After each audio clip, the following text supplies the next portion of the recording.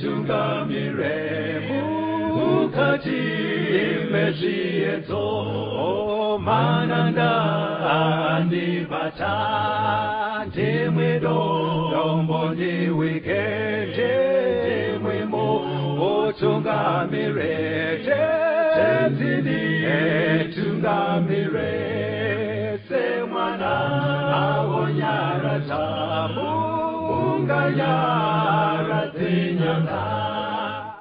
Kwazwai vateereri, tinomuchingamidzai kuchirongwa The Second Coming of Christ chamunopiwa naPastor Gift Rodzi naPastor Caston Betera.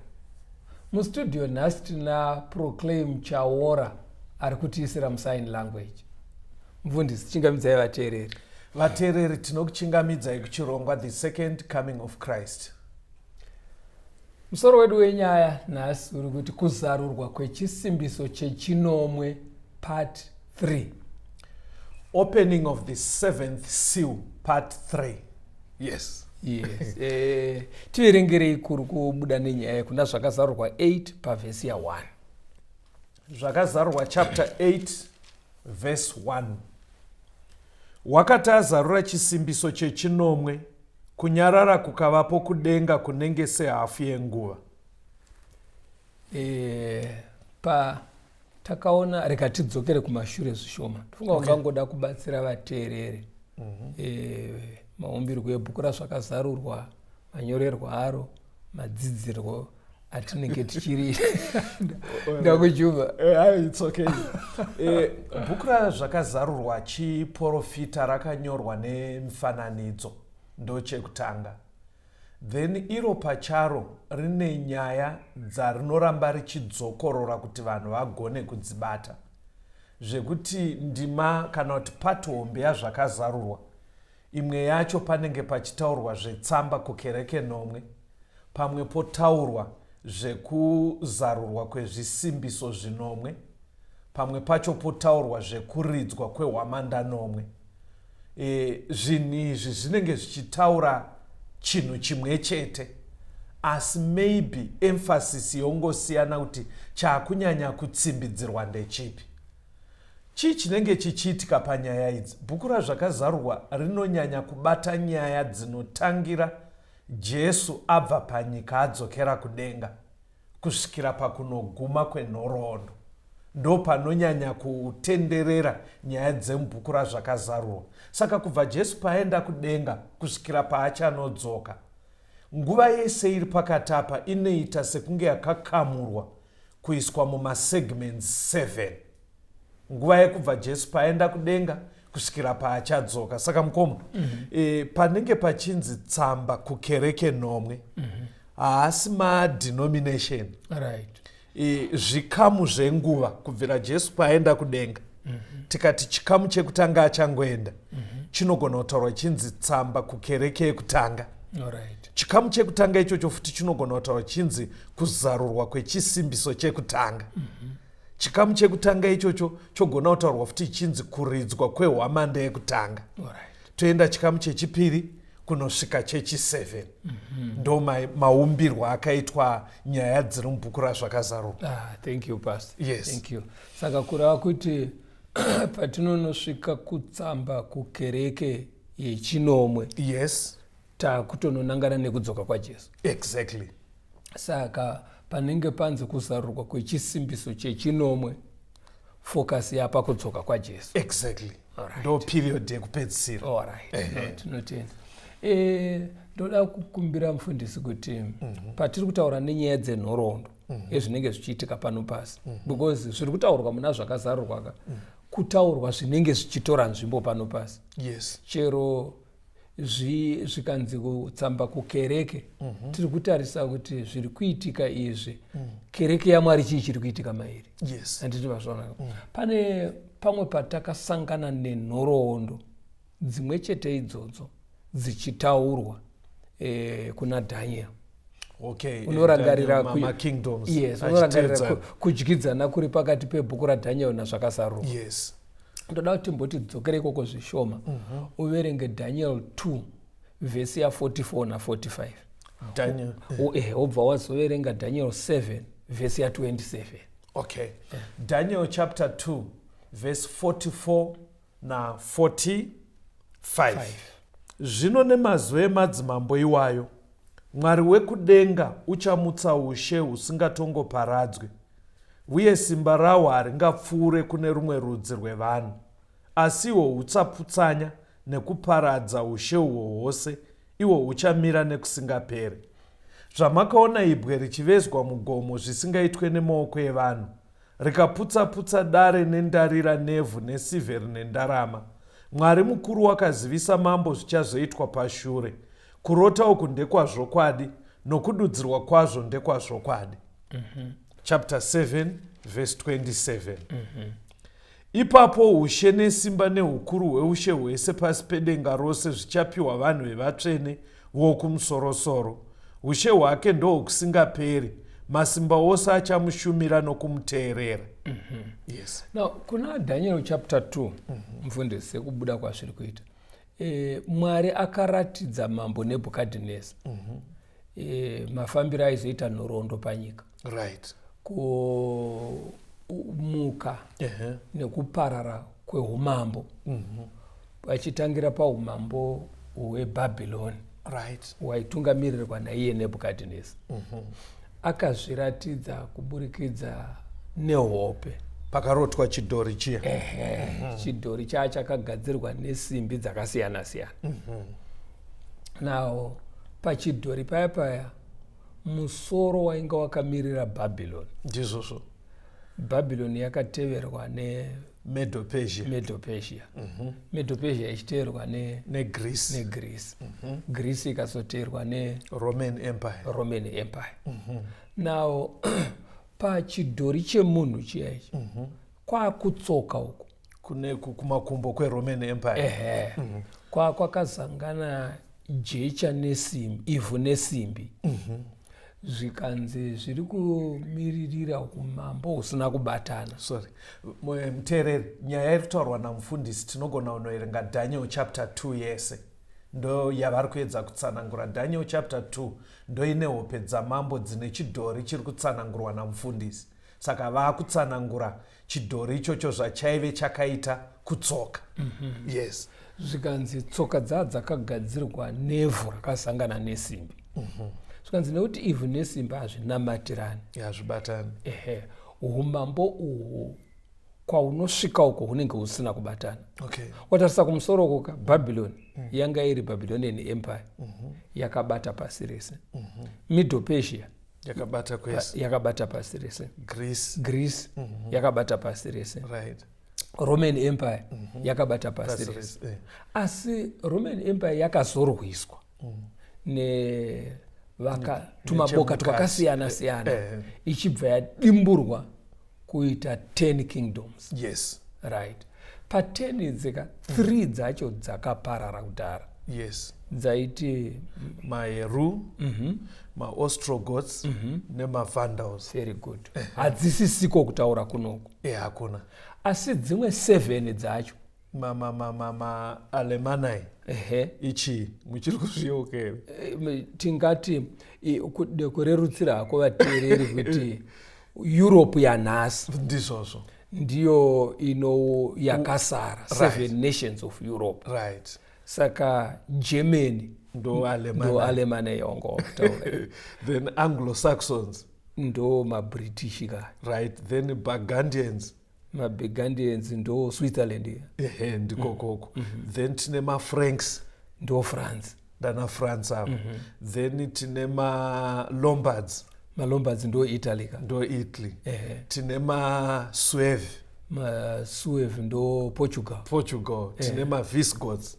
maVisigoths ndo Spain. Right. Yabva yakwana Europe yanhasi. Right. Ndizvo. Nditozvo. Saka ichiriko nanhasi. Okay. Chakangochinja mazita. Maybe kuma-adjustments kuma-territory avaitonga. Now, pavhesi rataverenga pavhesi 44 zvanzi mumazuva emadzimambo iwayo. Handitowazvoona.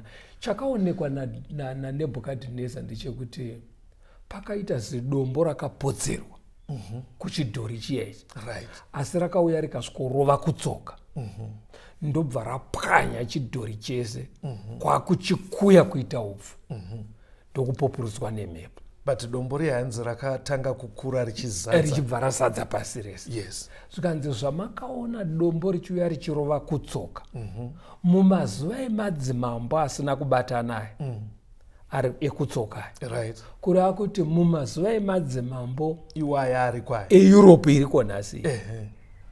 dombo riya riri kumiririra kuuya kweumambo hwaMwari, Okay. ndokudzoka kwaJesu. Right. Saka mumazuva eeurope iriko nhasi ndo panouyani Jesu. Jesu, Ehe. Pakajeka. ende umambo hwake kuzadza kwahunoita pasi kureva kuti haana humwe umambo hwaachatonga pamwe chete nawo Kana waachasira. kana waachasiyira.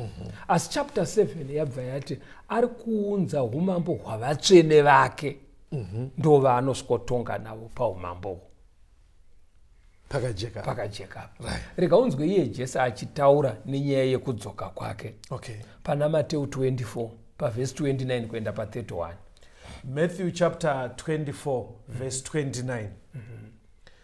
Pakarepo shure kwekutambudzika kwemazuva iwayo, zuva richasviba, mwedzi hauchazobwinyi, nyeredzi dzichawa kudenga, namasimba okudenga achazungunutswa. Ipapo chiratidzo chomwanakomana womunhu chichaonekwa kudenga. Zvino marudzi ose enyika achachema achiona mwanakomana womunhu achiuya pamusoro pemakore okudenga nesimba nekubwinya kukuru. Uchatuma vatumwa vake nehwamanda huru.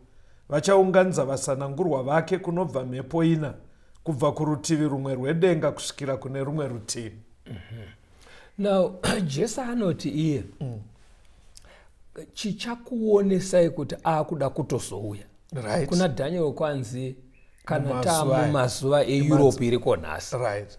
Jesu ndo paanouyira, but iye anowedzera, anoti mucherechedze zvinhu izvi. Right. Pane zviratidzo zvitatu zvichakuratidza kuti ndaakuuya.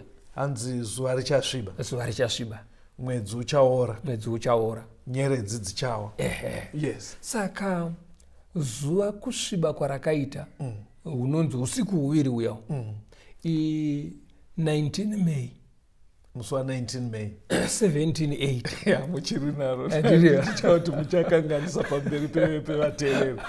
1780. Right. Ndopakaitika dark day. Right. Usiku hwacho ndo hwaora mwedzi. 19 May 1780. Very good. Right. Then kudonha kwenyeredzi kwakazoitika 1833. Right. Mugore ra 1833. Ndizvo. 13 November. Yes. Right. Saka Jesu ati iye pazvinongoitika Next event kuuya kwake. kuuya kwake. Okay. Saka uri kuona kuti zviratidzo zvitatu izvi zvekusviba kwezuva, kuora kwemwedzi nekudonha kwenyeredzi zviri kuzadzisika. Ukachinotarisa hatidzokerei kuna kwanoratidzwa neBhukadhineza, woona kuti maRoman Empire yanga yaita sei, Yanga yabanzuka. yanga yabanza. Yadivided. Saka uri kuona kuti zviri kuwirirana, Zviri kunobatana. hatidzokerei kuzvisimbiso. Right. Ehe. Unoona manje pana zvakazarurwa 6 vhesi ya12 kuenda pa17. Zvakazarurwa chapter 6 verse 12. Zvino ndakaona pakuzarura kwake chisimbiso chechitanhatu, kwakanga kuine kudengeneka kwenyika kukuru, zuva rikasviba segudza remvere, mwedzi wose ukaita seropa, nyeredzi dzekudenga dzikawira pasi semuonde unozunza maganga awo kana uchizungunutswa nemututu mukuru. Denga rikabva sebhuku kana ichipetwa, nemakomo ose nezviwi zvose zvakabviswa panzvimbo dzazvo, namadzimambo enyika navakuru nevatungamiriri vehondo nevafumi nevane simba nevaranda vose navakasununguka vose vakandovanda mumapako nomumabwe emakomo. Vakati kumakomo nekumabwe, tiwirei mutivige paMesaya unogara pachigaro cheushe nepakutsamwa kwegwayana, nekuti zuva guru rekutsamwa kwawo rasvika. Ndianiko unogona kumira? Na uri kuona kuti zviratidzo izvi zvitatu zvekupedzisira Zvadzokorwapo. but zvinondodzokororwa panozarurwa chisimbiso chechi6 kureva kuti muchikamu chenguva Chechi 6. chechi6 ndo panozadzikika nyaya yekudonha kwenyeredzi, kusviba kwezuva nekuora kwemwedzi. Right. Kureva kuti patinongopedza ipapo taakupinda chikamu chechi7. Chechi7 ndo chine kudzoka kwaJesu. Okay. Anditi wapabata. Saka regera timbonzwa rumboka tigoya teenda pamberi. Thank you, Pastor.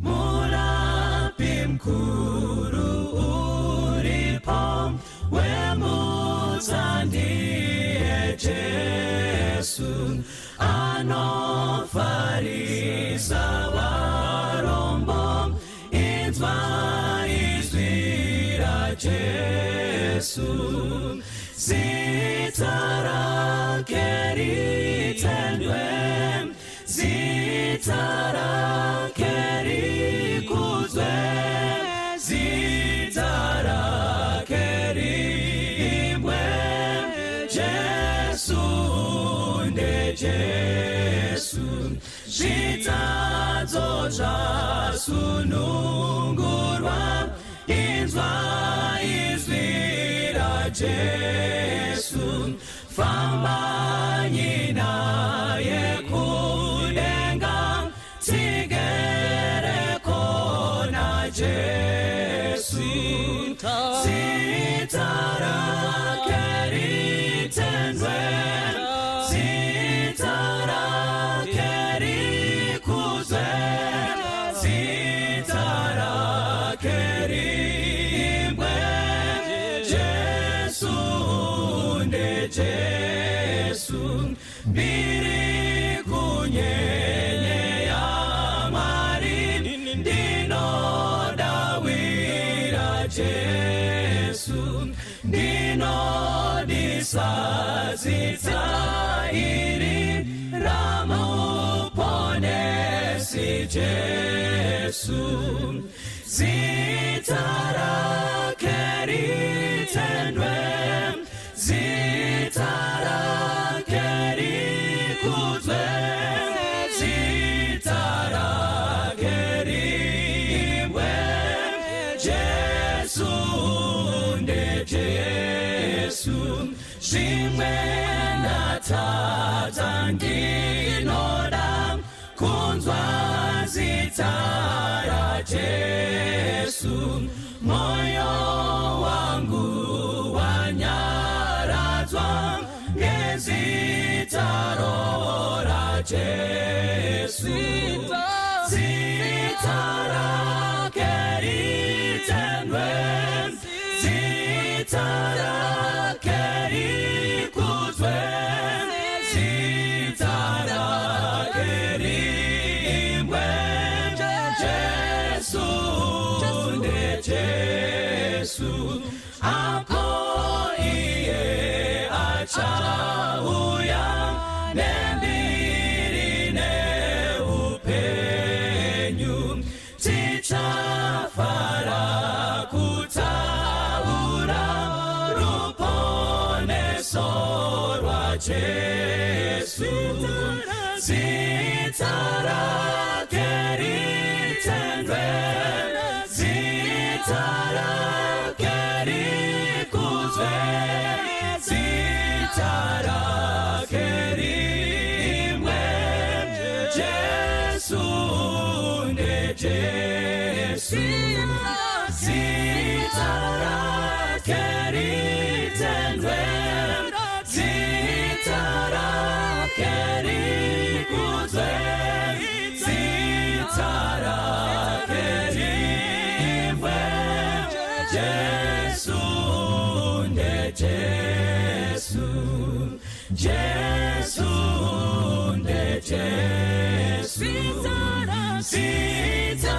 rake ritendwe zita rake rikudzwe zita rake riimbwe Jesu nde Jesu Jesu nde Jesu Jesu nde Jesu Jesu Jesu.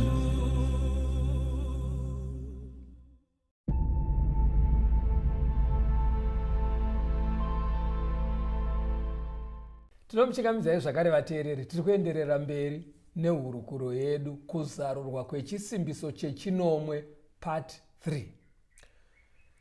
Mukoma, patadzidza kuna Daniel, chiprofita chaisa pachena kuti Jesu aizouya mushure mekunge Roman Empire yadhivaidika kwaane madzimambo nemodern Europe iriko. Then Jesu achizouya ndobva awedzera akati kuratidza kuti maapadhuze dhuze nekudzoka kwake muchaona zuva richasviba, mwedzi uchaora, nyeredzi dzichawa. Zvinhu izvi zvakaitika zuva rakasviba rimgo 1780 ko mwedzi same day iyoyo 19 May 1780 ko nyeredzi 1833.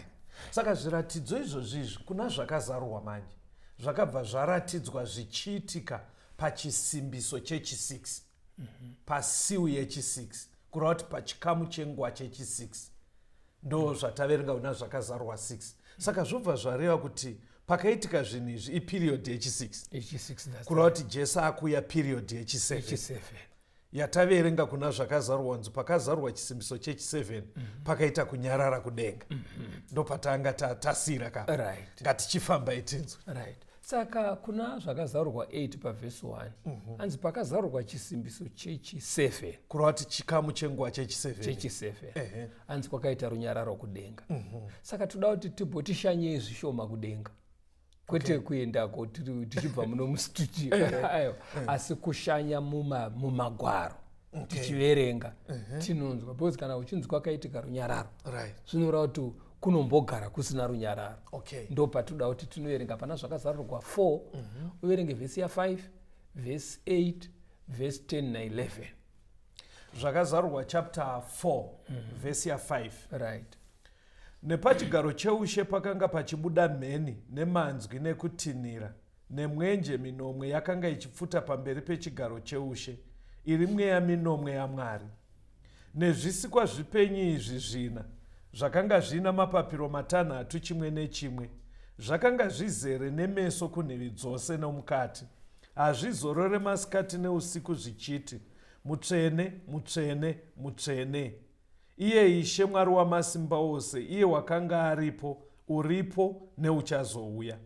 Navakuru vana 24 vowira pasi pamberi paiye ugere pachigaro cheushe vachimunamata iye uri mupenyu nekusingaperi-peri, vachikandira korona dzavo pamberi pechigaro cheushe vachiti, imi Ishe Mwari wedu makafanira kuti muvigirwe kubwinya nokukudzwa nesimba, nokuti ndimi makasika zvinhu zvose zvikavapo, zvakasikwa nekuda kwenyu. Now panapa tiri kuratidzwa kudenga. Johana achitaura aratidzwa kudenga chii chaakaona? Anoona Mwari agere pachigaro.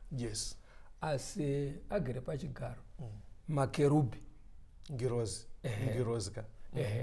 ari kudaidzira kurumbidza Mwari, kuti mutsvene, mutsvene, mutsvene. Paanodaidzira maelders aya 24 hanzi hazvizorore masikati neusiku masikati neusiku.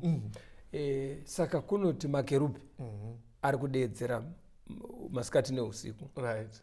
Maelders munozva kuti kudii pamuri kuti ari kudedzera masikati neusiku muri kungoitira kuti tibate, because ikoko kwehanzi nyaya yeusiku hainyatso but ndiri kukubatai muda kuemphasize nguva dzese ndizozomuri ndobva zvanzizve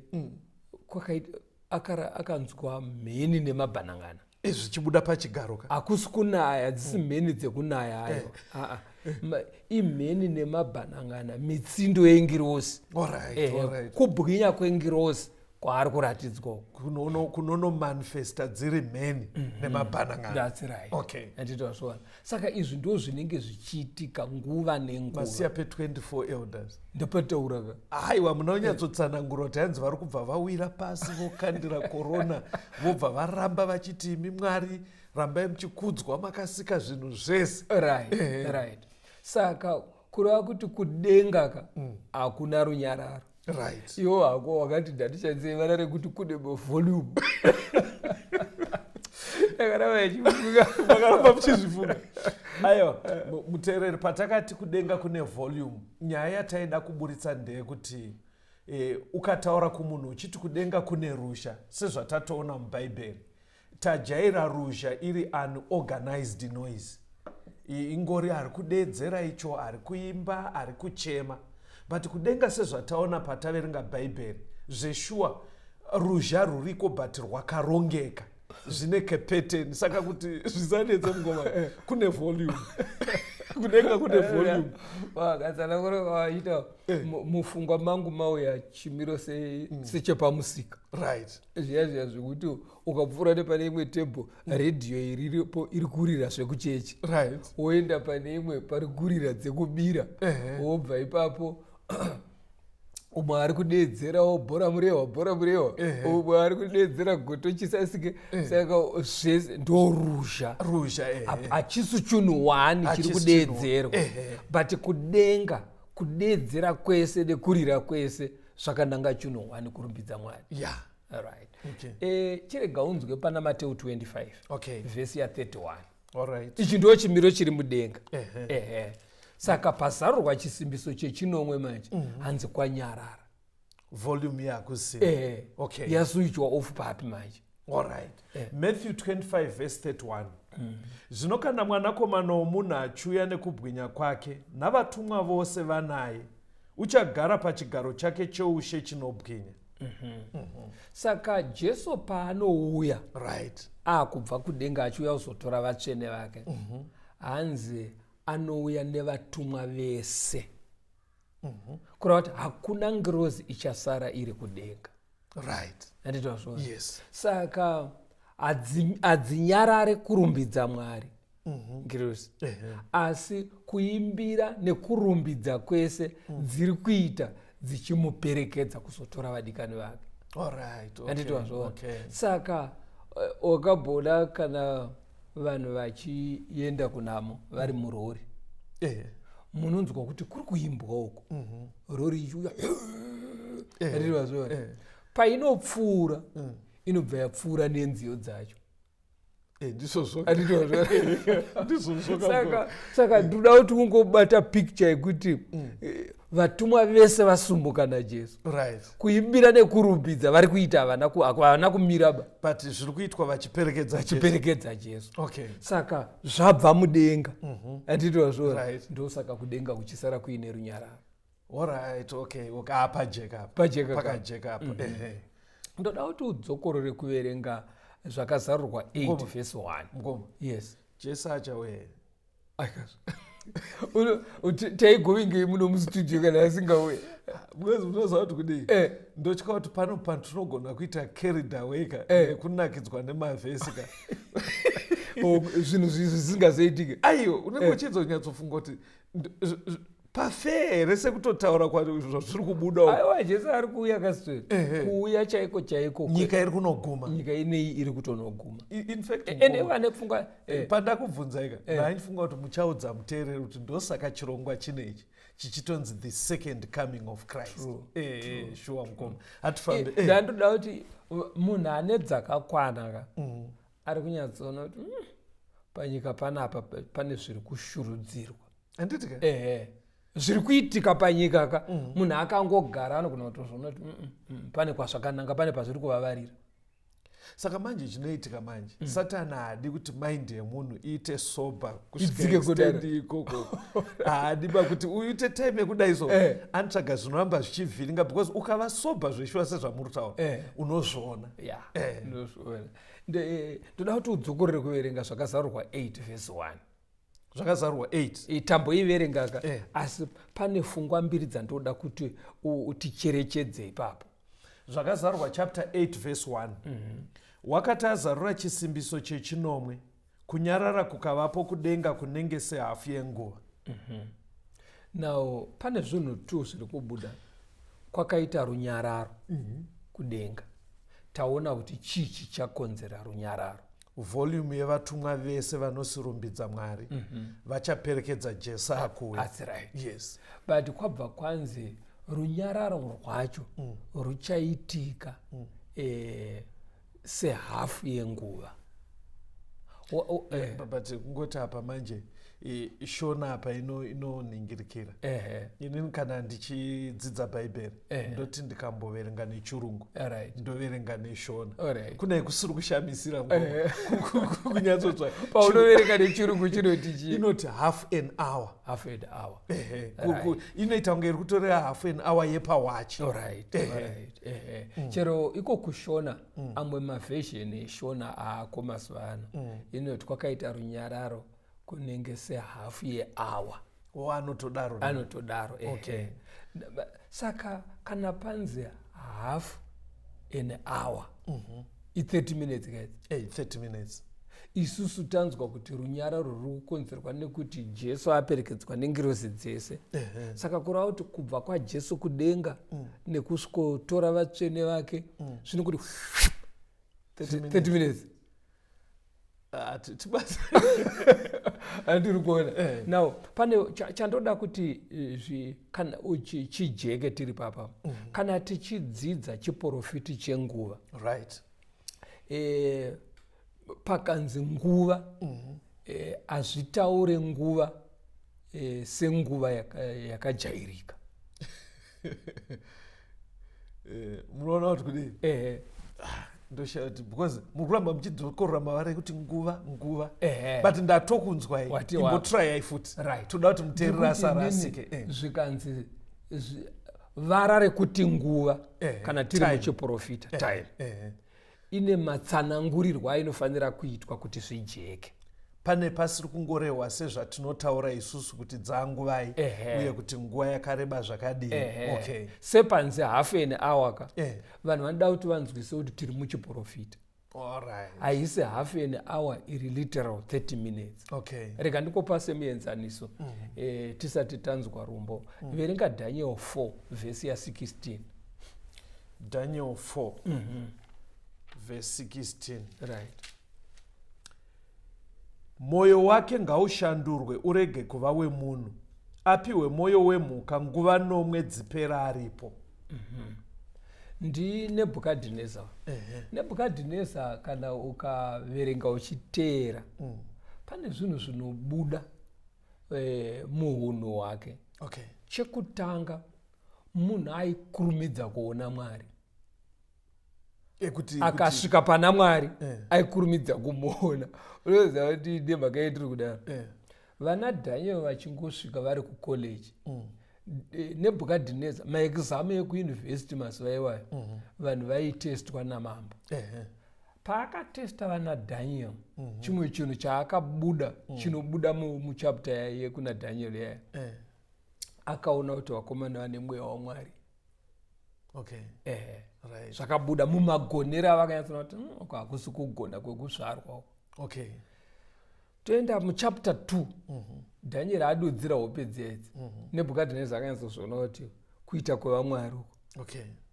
Muchapter 3 pakatadza kwavana Shadrach kutsva nemoto paya Nebukadnezar ndiye akatointrodusa makurukota ake akati pane munhu wechi4 anenge mwanakomana waMwari. Saka aikurumidza kuona Mwari asi anga aine kuzvinzwa anga asingadi kumunamata. Anga asingadi kumunamata. Unonzo ushwindi. Saka kune vanhu vakadaro kasori zviri mumazuva edu nokuti chero akanyatsoona evidence mukurarama kuti apa pana Mwari ende Mwari arikuda kuti ndiite izvi anoramba akasindimara. Akashiva haabve paari. Saka kudenga manje vakazoti murume uyu neushwindi hwaainahwo anotoda kamwe katauriro. Ndo paakanzi ngaapiwe nguva nomwe 7 times achifura uswa ari kusamuka. Saka akapengeswa 7 times. Akapengeswa kwe7 times. Ukachizoenda munhoroondo manje akaita 7 years ari kusango achifura uswa. Muri kudzoka papfungwa yekuti nguva nomwe dziya idzi takuuya kunhoroondo chaiko dzaive 7 years. saka panzi ngaapuwe nguva nomwe achipenga zvainzi ngaaite 7 years achipenga. Tutarisa vara rekuti nguva rinenge rine zvarinoreva kuseri. Very good. Okay. Very good. Muteereri, chidzidzo chedu chiri kuti kuzarurwa kwechisimbiso chechinomwe part 3. Regai timbonzwa rwiyo.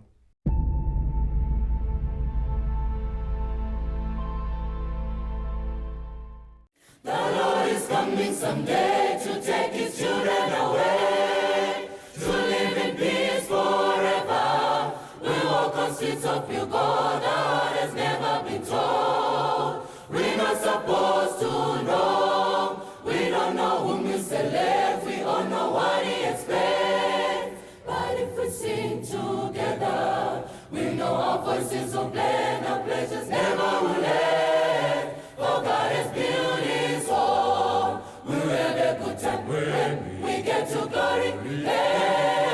We're gonna shout forever. We'll hear angels sing and praise his holy praises. As we go marching, while we march along, we'll hear David play upon his psalm day. Wherever he comes, no never. We're gonna see our Lord and live in one accord. We're up in glory land. I'll follow Jesus, my Lord, until I reach my reward. He'll live his children ever, if they will only obey. His presence with them will stay through all eternity. There's not a doubt in my mind that in the end I will find a place to rest forever. And if the mansion is mine, and whatsoever we'll find, that's good enough for me. We'll have a good time when we get to glory land. We're gonna shout forever. We'll hear angels sing and praises, holy praises. As we go marching, while we march along, we'll hear David play upon his psalm day. Wherever he comes, no never. We're gonna see our Lord and live in one accord. Way up in glory land. We'll have a good time when we get to glory land. We're gonna shout forever. We'll hear angels sing and praise his holy praises. As we go marching, while we march alone, we'll hear David play upon his psalm day. Wherever he comes, no never. We're gonna see our Lord and live in one accord. Way up in glory land.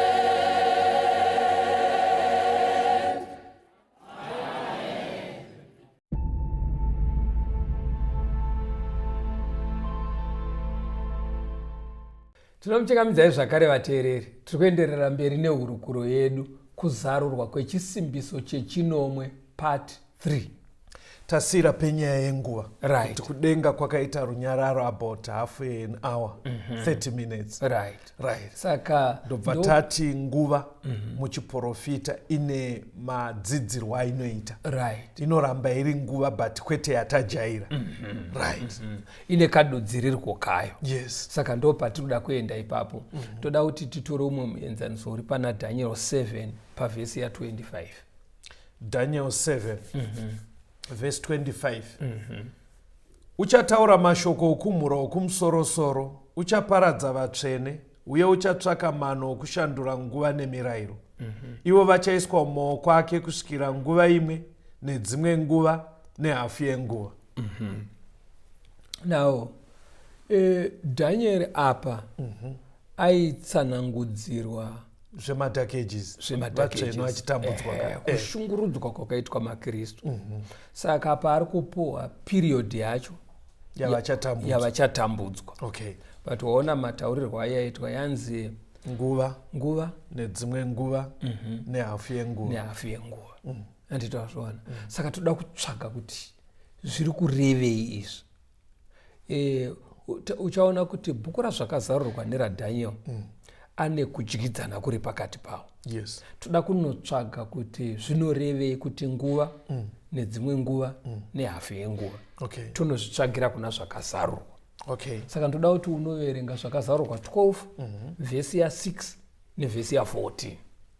Zvakazarurwa chapter 12 vhesi ya6. Mukadzi akatizira kurenje paakagadzirwa nzvimbo naMwari kuti vamuchengete mazuva ane chiuru chine 260. Verse 14. Ipapo mukadzi akapiwa mapapiro maviri egondo kuti abhururukire kurenje kunzvimbo yake kwaanochengeterwa nguva nedzimwe nguva nehafu yenguva. Now ari kunzi mukadzi ichechika mukadzi sezvinobva pana vaEfeso 5 vhesi ya 31, 32, 33 inonoburitsa kuti mukadzi anofananidzira chechi yaMwari. Ndo zvazvinonobuda zviri. Saka pane pachitaurwa zvemukadzi ari achiita unge waMwari kana kuti mukadzi akanaka, ichechi inenge yakanaka. Pane pachitaurwa mukadzi achinzi imhombwe, pari kureva chechi yabva pamberi paMwari. Saka panapa pari kutaurwa nezvemukadzi uyu akaenda kurenje. Yes. Ichechi yaMwari. Mazuva ayo ekuenda kurenje ndo mazuva ekutambudzika kwayo munguva yeMark Ages. Yes. Anditozvona. Saka nguva yakatambudzwa vatsvene vaMwari kana kuti nguva yakatambudzwa chechi iri kunzi iyo i1260 days. Ndizvozvo. Right. Kana taakuna zvakazarurwa. Ndo yabva yanzi pavhesi 14 nguva nedzimwe nguva nehafu yenguva. Uri kuona kuti zvatidzosera kuna Daniel 7 kuya pavhesi 25. Asi chimwe chinhu chabuda apa ndechekuti period inonzi nguva nedzimwe nguva nehafu yenguva inogona kutaurwa ichinzi 1260 mazuva. Ndizvozvo. Right. Ndoda kuti unzwe zvakare kuti period imwe chete iyoyi yakatambudzika chechi ichi. Pana zvakazarurwa 13 vhesi 5 ine mataurirwo ainoitwa. Zvakazarurwa chapter 13 vhesi ya 5. Ipapo chakapiwa muromo unotaura mashoko makuru ozvokumhura, chikapiwa simba kuti chizviite mwedzi ne42 for 42 months. 42 months. Okay. Ndo nguva yaitambudzwa vatsvene vaMwari. Right. Inogona kudaidzwa zvakare kunzi mwedzi 42. Okay. Andiri kuona. All right. Saka All right. Nguva nedzimwe nguva nehafu yenguva. Right. Yakainzana ne1260 days. Yakainzana ne42 months. That's right. Okay. Now ndoda kuti uone kuti zviri nyore sei. Ngoma mirai musade kukurudza zviri nyore. Bhaibheri riri kunobuda richiita unge zvinonzi pane katumetse-metse. Asi ndanda raitarisira here kuti nana mbuya betera vari kumusha vabate zvinhu izvi kuti 1260 nekuti 42 months zviri kunzi ndezvemustudio ikawa zvitonzi zvibatwe nemunhu wese. Ndo pandandauda kutokutsanangura ipapo kuti usavhundutse vanhu kuti mbuya betera kuti zvibva zvaoma stering. Zvitore zvakadai so.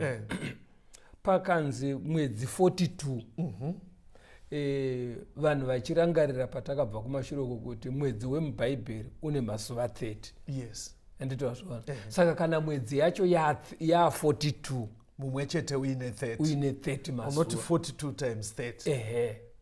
Ndo pandiri kudzoka kakametsa. Kana kungoedha mbichana idzochemberedza utaura vada mbuya betera vade kahedhero kavo kekuti vanotokuburitsira anza. inobuda iwo ndoda kuvaomesera zvekuita ayo but nerimwe side mukoma pandinombozvifunga because ndikafunga ndeichedza kufunga munhu wese right ari watinogona kufunga kuti paliteracy level yake ndofunga ari pasistering but pane chinhu chandakaona mheno kana muteerero wakambotyonawo kuti muzano ramwari rekuti vanhu vazive vhangeri rajesu semabudiro arinoita mubhaibheri zvinoita kunge zvinonzi vhangeri rinoita richiswedera kuvanhu mwari achitoonawo kuti vasvike here grade 7 amenoti makambozorere kuti kunenge kunotanga nyaya yekutoti munhu avhurike pfungwa aende kuchikoro ndosaka muchiona kazhinji vhangeri remubhaibheri rakristu iri rinoita kanenge kakubhohwa munhu anosvotwa nechikoro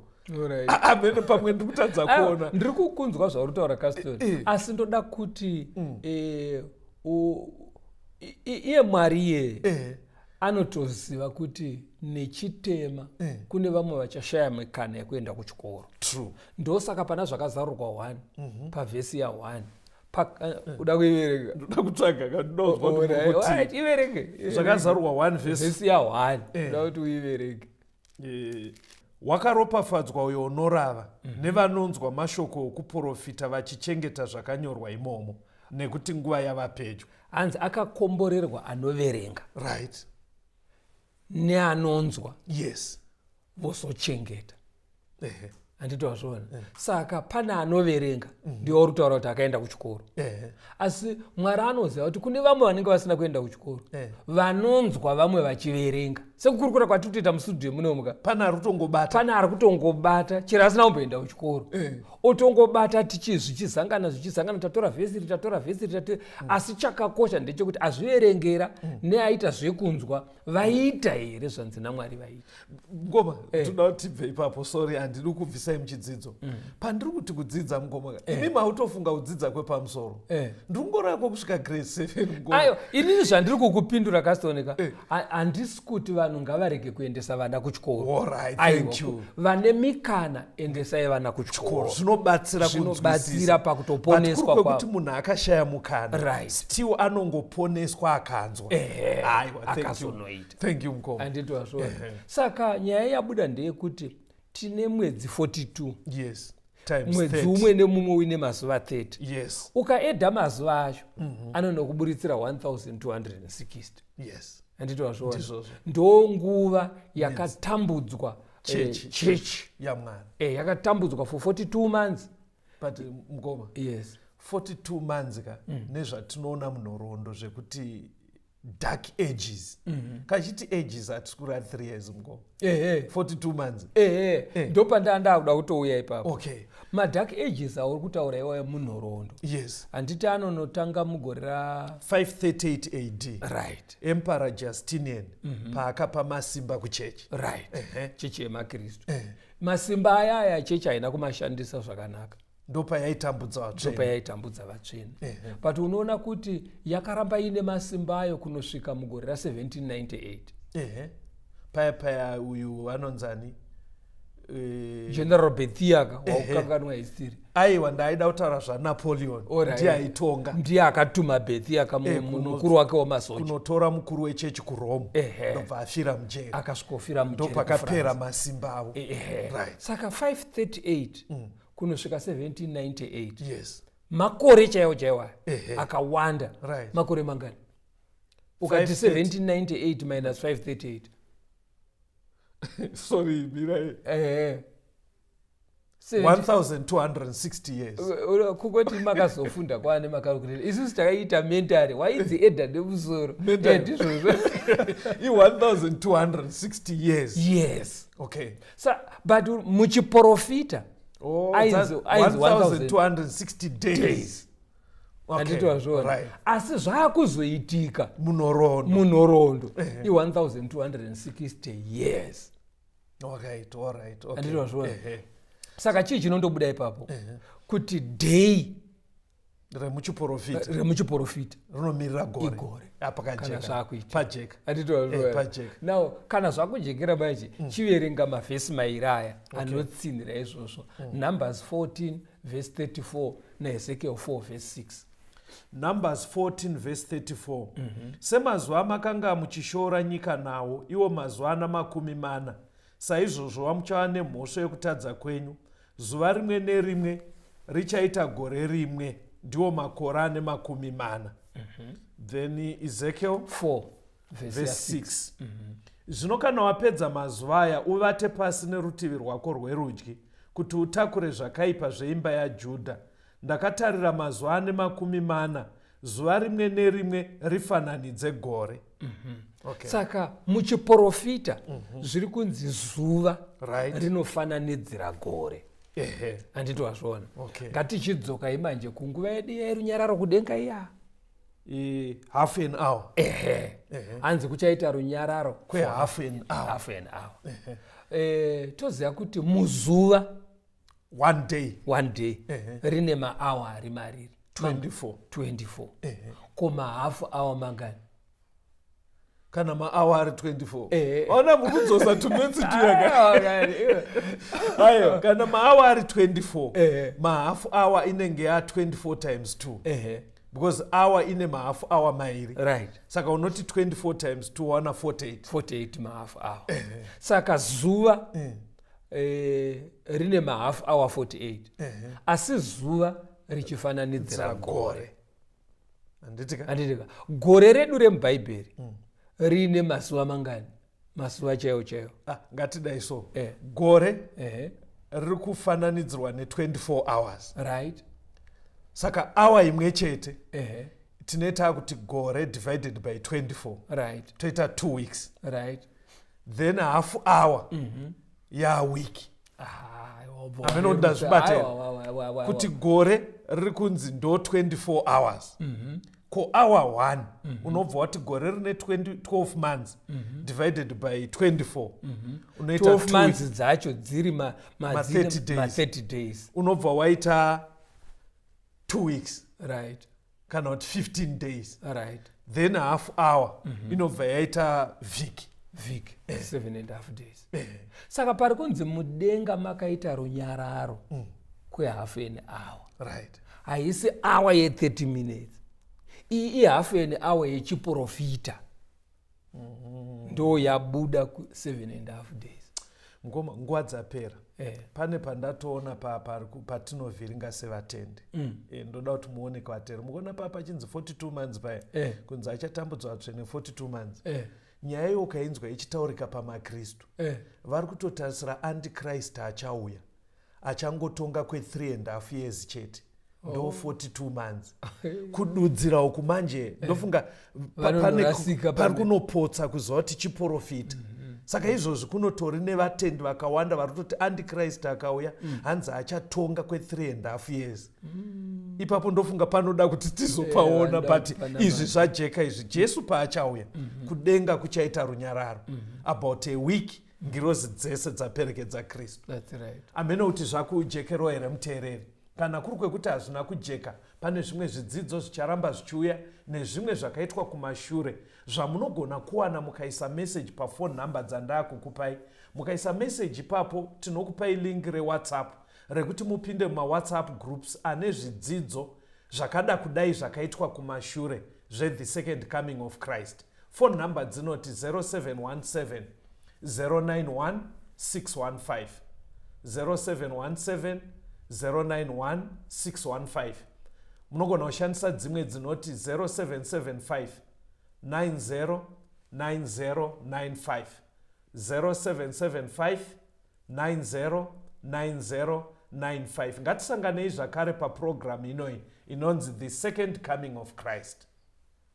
Oh, I know ya, I know ya, oh, I know ya, I know ya, oh, I know ya, I know ya, oh, I know ya, I know ya, oh, I know ya, I know ya, oh, I know ya, I know ya, Jesus, I know ya, oh, I know ya, I know ya, oh, I know ya, I know ya, oh, I know ya, I know ya, oh, I know ya, I know ya, oh, I know ya, I know ya, oh, I know ya, I know ya, Jesus, I know ya, oh, I know ya, I know ya, oh, I know ya, I know ya, oh, I know ya, I know ya, oh, I know ya, I know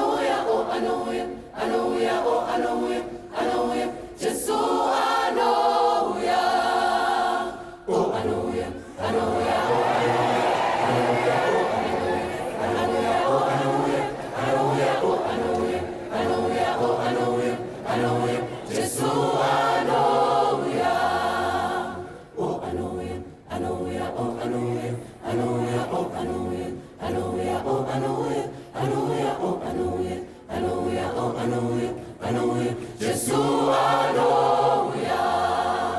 Akure kure kumusha na kutamu ribiati usiku uri kumira wakuda kuyeta. Akure kure kumusha na kutamu ribiati usiku uri kumira wakuda kuyeta. Oh, hallelujah, oh, hallelujah, hallelujah, oh, hallelujah, hallelujah, oh, hallelujah, hallelujah, oh, hallelujah, oh, hallelujah, hallelujah, Nisaye oh kucha. Oh, hallelujah, oh, hallelujah, hallelujah, oh, hallelujah, hallelujah, oh, hallelujah, hallelujah, oh, hallelujah, oh, hallelujah, hallelujah, Nisaye oh kucha. Sajeme, sajeme, zorora, pasvedera, kishingai, namata, Mubaya topera. sajeme, sajeme, zorora, pasvedera, kishingai, namata, Mubaya topera. avunza kune mungani, anerio rekushinga, rekushinga minogana, Ondoichapera. avunza kune mungani, anerio rekushinga, rekushinga minogana, Ondoichapera. Kumusha.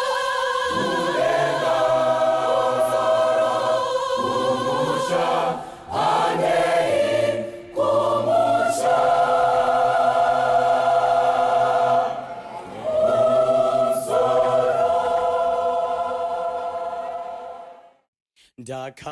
Ndakarwadziwa Jehova atama Zvitema zvakandipfuwira pasi. Ndakachema ndirimo mumatope. Tenzi akandiburitsa kunzezve. Andiburitsa mumatope. Andimisa ini padombo. Nasi andipariyo mumoyo wekukudza. Haleluya. Andimisa padombo pedyo naye. Matiko angu asimbiswa pano. Andizomboputsiki ndiri pano. Ndomirira ndizopfeka chiremba. Andiburitsa mumatope. Andimisa ini padombo. Nasi andipariyo mumoyo wekukudza. Haleluya. Andipariyo rutsva rwerukudzo. Ndoruimbawo siku nesikati. Moyo wangu wazara nerufaro. Ndichazokudza mununuri wangu. Jehova andiburitsa mumatope. Andimisa ini padombo. Nasi andipariyo mumoyo wekukudza. Haleluya. Ndichaimba tsitsi dzake kuneni. Kunaka kwake kune vese. Ndichazoimba ruponeso kwese. Dakara vese vasimbire Mwari. Jehova andiburitsa mumatope. Andimisa nditungamire mukati mezviedzo mananda andibata ndimwedo dombo ndiwikende ndimwemo otungamirete tenzini etungamire semwana awonyara tabu ungaya